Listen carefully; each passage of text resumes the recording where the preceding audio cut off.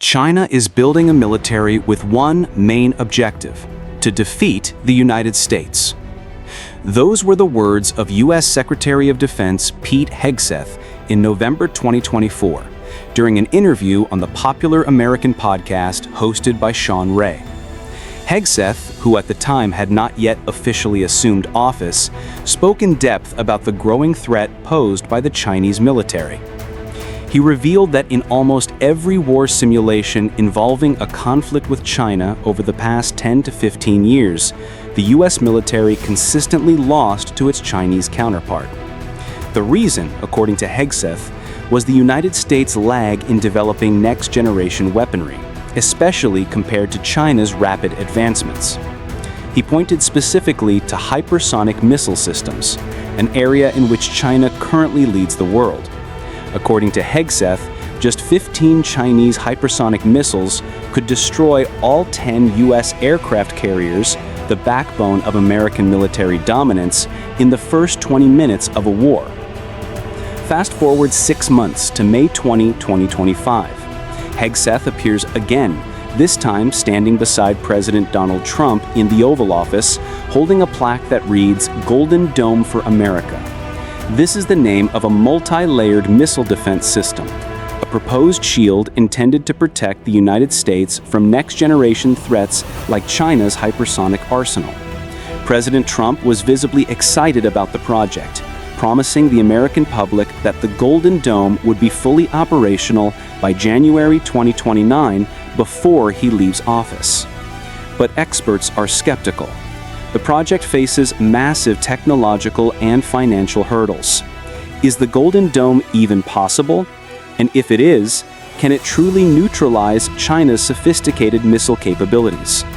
Why are China, Russia, and North Korea so alarmed by this American shield? To understand the gravity of the threat, we go back to July 27, 2021. On that date, the Chinese military carried out an unannounced missile test that stunned U.S. defense and intelligence officials. One source familiar with the test told the Financial Times that American scientists were still struggling to comprehend what they witnessed, something that, in his words, defied the laws of physics. So what made that test so shocking? To answer that, we must first understand the main categories of Chinese missile capabilities that could be used to strike U.S. soil. First, there are intercontinental ballistic missiles. These missiles are launched from the ground or sea and follow an arcing trajectory, passing through 3 phases: boost phase, mid-course phase, and re-entry or terminal phase. The U.S. has well-established defenses against traditional ICBMs, primarily during the mid-course phase, using systems like the ground-based mid-course defense, supported by early warning satellites and radar systems.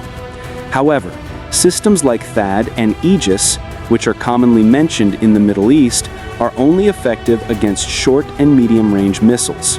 They're practically useless against an ICBM launched from China. But it gets worse.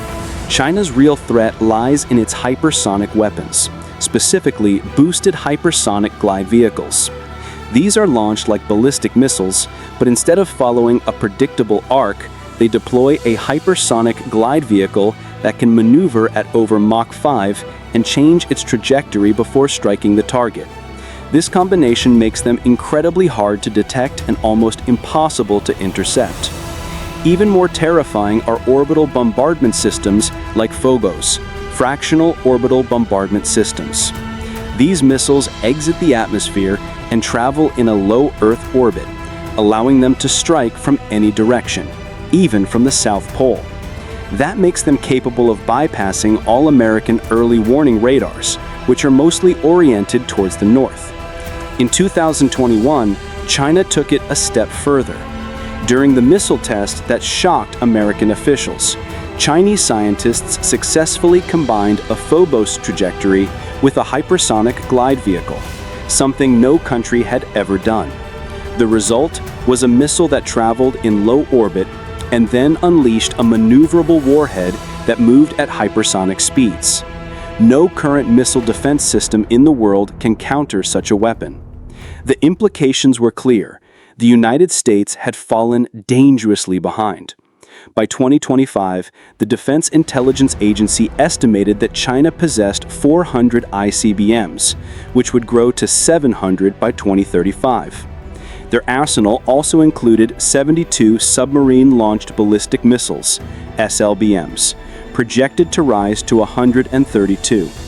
They had 600 boosted hypersonic weapons, expected to increase to 4,000 by 2035. While they currently had no Phobos deployed, projections estimated 60 would be operational by 2035. This was the context in which the idea of the Golden Dome emerged, a defensive shield across American skies. Originally pitched as the Iron Dome for America during Trump's campaign, inspired by Israel's system, the vision evolved into a far more ambitious plan. In January 2025, Trump signed an executive order mandating the Department of Defense to draft a comprehensive plan for building an advanced missile defense system. By May 2025, the plan was revealed: a hybrid system of ground-based and space-based defenses. Some parts would be deployed on Earth, others in orbit. The space component, however, presented the greatest challenge.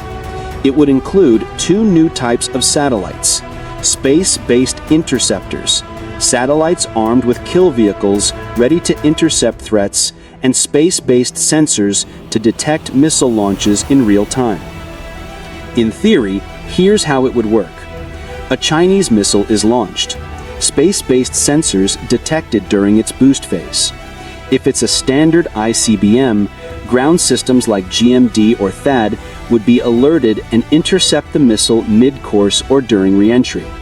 But if the missile is a maneuverable Phobos or a hypersonic glide vehicle, a space-based interceptor would attempt to destroy it during the boost phase, essentially turning Earth's orbit into a militarized defense ring.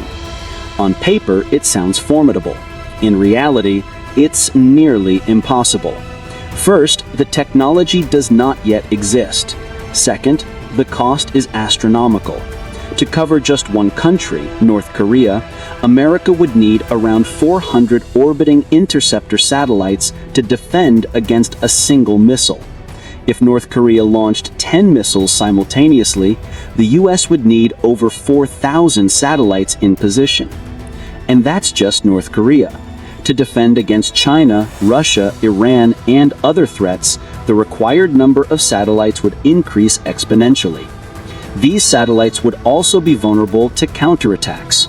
China or Russia could easily target them with anti-satellite weapons. Let's talk about money. President Trump said the project would cost $175 billion.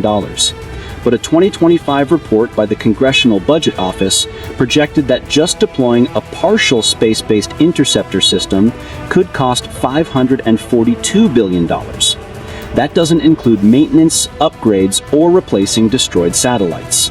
Historically, America has spent over $531 billion on missile defense efforts since 1962.